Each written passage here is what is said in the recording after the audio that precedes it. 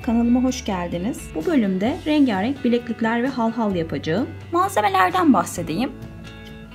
Misinamız var. Şeffaf. Şu şekilde uçlarımız var. Bunlar kolye ucu, bileklik ucu, halhal ucu olarak kullanılabiliyor. İsterseniz küpe ucu olarak da kullanabilirsiniz. Tamamen kullanımı size bağlı. Klipslerimiz var. Kapamalarımız var. Ve birleştirmelerimiz var. Yapım aşamasına geçiyorum. Videomu izlediğiniz için şimdiden teşekkür ederim. Keyifli seyirler dilerim.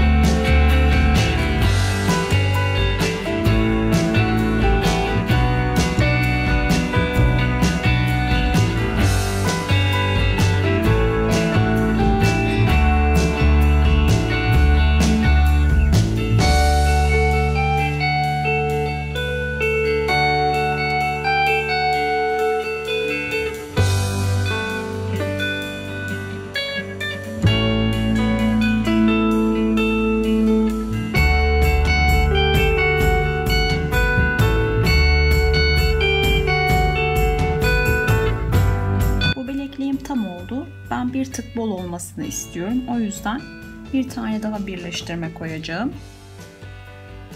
Sizler de birleştirmeleri koyarak zincir haline de getirebilirsiniz.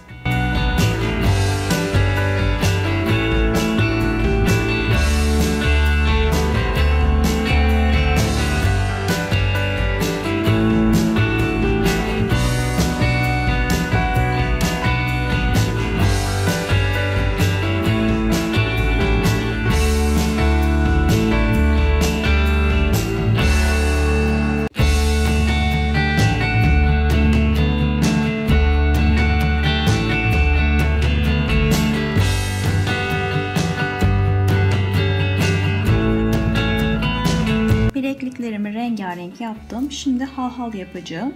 Halhalı yaparken birleştirmeleri uçlara takıp uçları hazır hale getireceğim. Ve boncukları dizerken uçları da boncukların aralarına diziyor olacağız. Yani halhalım çok uçlu bir halhal olacak.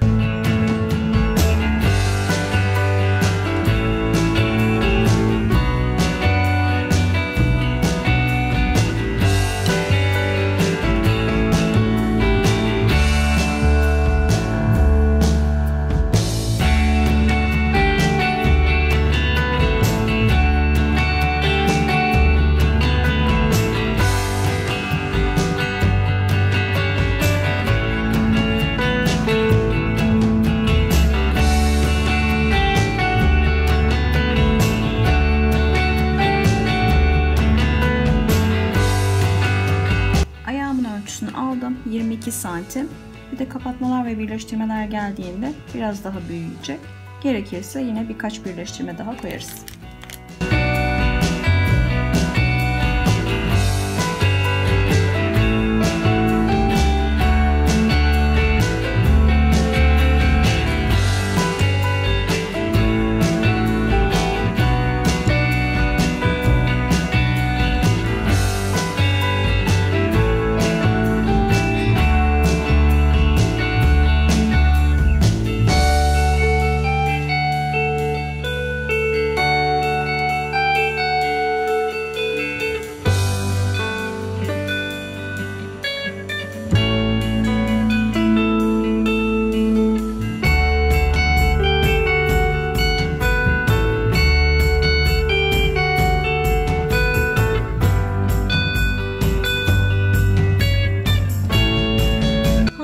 Bilekliklerim hazır durumda. Umarım sizler için verimli bir video olmuştur. Bir videonun daha sonuna geldik. Videomu izlediğiniz için hepinize teşekkür ederim. Bir sonraki videoda görüşmek üzere. Hoşça kalın, sağlıkla, mutlulukla kalın.